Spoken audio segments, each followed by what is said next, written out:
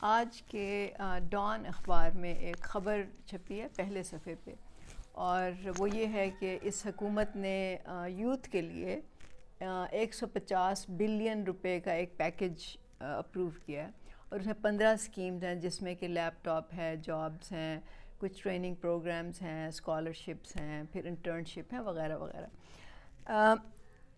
اچھا، یہ ظاہر ہے کہ اب الیکشن آ رہے ہیں، اور یہ ایک واضح بات ہے، اور اس میں لکھا بھی ہوا ہے کہ یہ ایکچولی الیکشن کی تیاری ہو رہی ہے۔ مطلب یوتھ کی ہمدردیاں حاصل کرنے کے لیے اس وقت یہ اسکیم جو ہے اس کو چلایا گیا ہے۔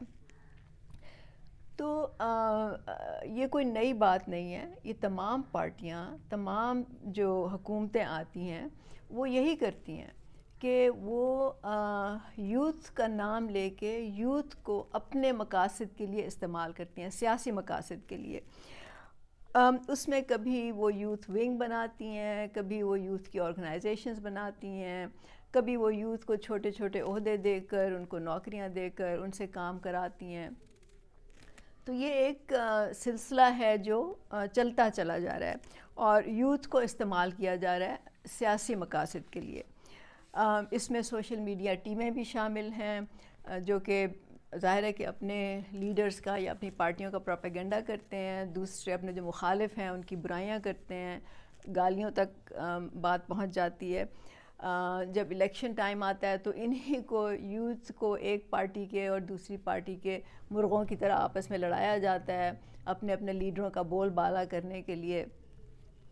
تو ہاں، اور اس کے علاوہ ایک جو سب سے میرا خیال ہے کہ غلط بات ہے وہ یہ ہے کہ تعلیمی اداروں میں پارٹیوں کی یوتھ فیڈریشنز ہیں، جو بجائے اس کے کہ وہ طلباء کے مسائل پر، ان کی جو فیسیں ہیں، ان کے جو کالجز میں پرابلمز ہیں، ٹیچرز کے ساتھ ہیں، جو بھی ان کے ایشوز ہیں، وہ بجائے اس پہ فوکس کرنے کے وہ اپنی اپنی پارٹی کا ایجنڈا ٹو کرتے ہیں، اور اس سے نقصان یہ ہوتا ہے کہ ان کے حالات بہتر نہیں ہوتے، ان کے مسائل حل نہیں ہوتے، وہ صرف پارٹیوں کے لیے کام کرتے ہیں اور ایک دوسرے سے ان کے لیے لڑتے ہیں۔ اب جو دوسری بات میں کہوں گی وہ یہ ہے کہ جو یوتھ ہے، یوتھ کا ورڈ ایک جنیرک کے طور پہ استعمال کیا جاتا ہے۔ جس یوتھ کو یہ اس وقت کیٹر کر رہے ہیں یہ لیپ ٹاپ سکیمز اور اس باقی چیزوں سے، وہ یوتھ کی جو مکمل آبادی ہے اس کا ایک بہت تھوڑا حصہ ہے۔ یوتھ تو ایک بہت ہی مطلب واسٹ ورڈ ہے نا۔ یوتھ تو وہ بھی ہیں جو کھیتوں کھلیانوں میں کام کر رہے ہیں، یوتھ وہ بھی ہیں جو فیکٹریوں میں کام کر رہے ہیں، جو کنسٹرکشن ورکرز ہیں، جو دہاڑی ورکرز ہیں، جو کانوں میں کام کرتے ہیں، یہ سب یوتھ ہے۔ اور اس یوتھ میں وہ بھی 3 کروڑ بچے وہ بھی شامل ہیں جو نہ اسکول جا رہے ہیں، نہ ان کو کوئی تعلیم مل رہی ہے، اور وہ اس ملک کی 44% آبادی کا حصہ ہے۔ مطلب یوتھ کی جو آبادی ہے اس کا 44% حصہ ہے۔ مطلب یہ کہ آپ کی یوتھ بچے جو ہیں 44% اسکول ہی نہیں جا رہے، تو آپ سوچیں کہ اس ملک کا مستقبل کیا ہوگا جس میں بچوں کا یہ حال ہو۔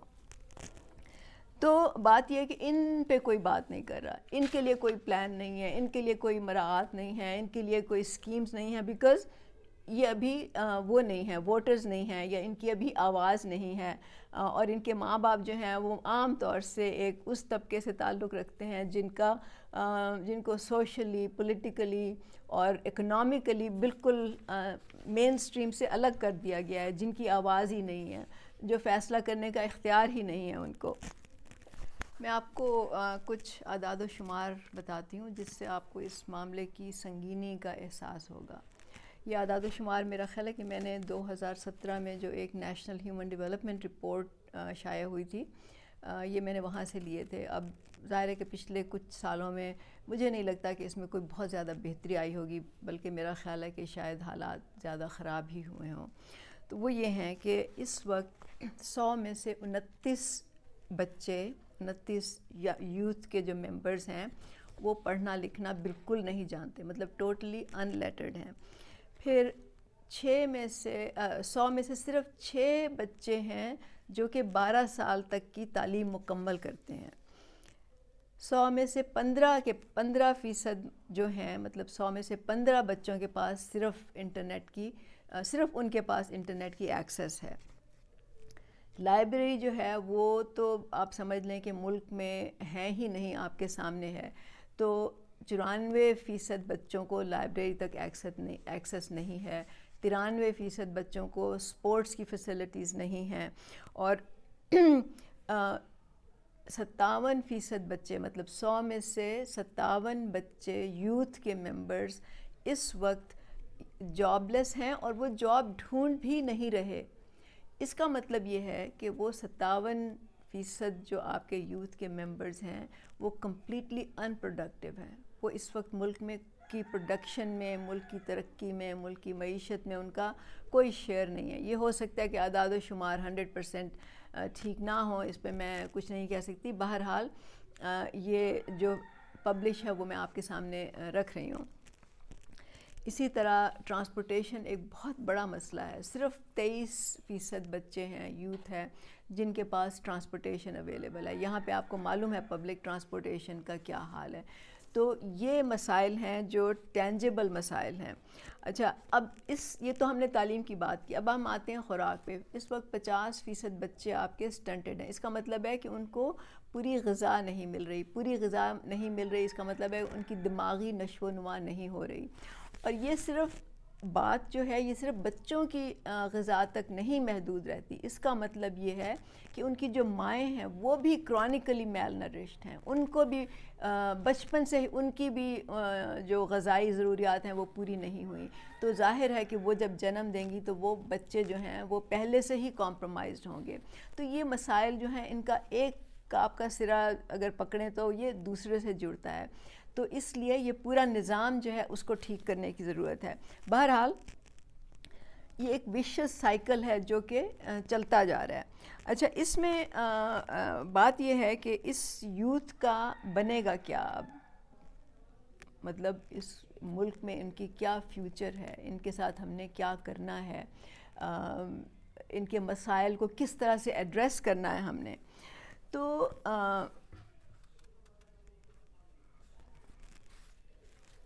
اور اس سے بھی جو ایک سیریس اس کا پہلو ہے وہ یہ ہے کہ یہ جو اعداد و شمار میں نے ابھی آپ کو بتائے ہیں یہ ایوریج ہے، نیشنل ایوریج ہے۔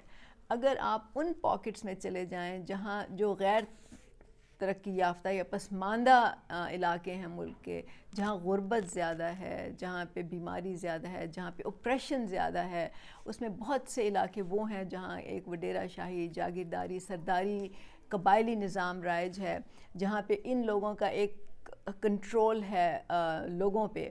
وہاں پہ یہ اعداد و شمار بہت ہی خوفناک حد تک جو ہیں وہ خراب ہیں، اور اس میں بلوچستان اور اس طرح کے جو انٹیریئر سندھ اس طرح کے علاقے شامل ہیں۔ تو یہ جو مسائل ہیں ان کو ایڈریس کرنے کی، ان پہ فردر ریسرچ کرنے کی ضرورت ہے۔ اب پرابلمز تو آپ کے بھی سامنے ہیں، میرے بھی سامنے ہیں۔ اب ان کا مسئلہ، ان کا حل کیا ہے؟ اور جیسے میں نے کہا کہ یہ جو پولیٹیکل پارٹیز ہیں یہ تو صرف یوتھ کو اپنے مقاصد کے لیے استعمال کرتی ہیں، کیونکہ اس کا جو اصل روٹ کاز ہے، مطلب جو ان مسائل کی بنیادی جڑ ہے وہ ہے ویلتھ اور انکم انیکوالٹی۔ دولت اور انکم کی نابرابری جو ہے وہ ان تمام مسائل کو جنم دیتی ہے، اور اس کو اگر ہم ایڈریس نہیں کریں گے تو یوتھ کو آپ جتنے مرضی لیپ ٹاپ دے دیں اور ان کو چھوٹے چھوٹے اس طرح کے اسکیمیں بنا کے دے دیں، ان کا فیوچر مجھے کچھ زیادہ اچھا نہیں نظر آتا۔ اچھا، جب ہم نابرابری کی بات کرتے ہیں تو وہ اکنامک تو ہے ہی جو میں نے بتایا، لیکن اس میں سوشل اور پولیٹیکل نابرابری بھی شامل ہے، ان ایکوالٹی شامل ہے، لیکن اس کا روٹ کاز اس کا بھی وہی ہے۔ اکنامک جب ان ایکوالٹی ہوتی ہے تو آپ کی پولیٹیکل اور سوشل ان ایکوالٹی اس کا آؤٹ کم ہوتا ہے۔ تو جب تک ہم اس کو ایڈریس نہیں کریں گے تب تک ہم نہیں سمجھتے کہ یوتھ کا کوئی فیوچر جو ہے وہ کوئی بہت اچھا روشن مستقبل ان کا ہمیں نظر نہیں آتا۔ اب اس کے لیے ایک جامع پلان بنانے کی ضرورت ہے۔ ہمارا خیال ہے کہ یوتھ پہ ایک جامع پالیسی ہونی چاہیے جس میں ان کے ٹینجیبل پرابلمس تو ایڈریس ہوں ہی صحیح، جس میں کہ جو میں نے آپ کو بتایا، جس میں تعلیم ہے، جس میں فوڈ سیکیورٹی ہے، جس میں ٹرانسپورٹیشن ہے، جس میں ہیلتھ کے مسائل ہیں، روزگار ہے، ٹریننگز ہیں، وغیرہ وغیرہ وغیرہ. لیکن اس کے ساتھ انٹینجیبل آسپیکٹ بھی ہیں، مطلب انٹینجیبل سکلز ہیں، انٹینجیبل وہ چیزیں ہیں جس کو ایڈریس کیا جائے. اس میں وہ کیا ہیں؟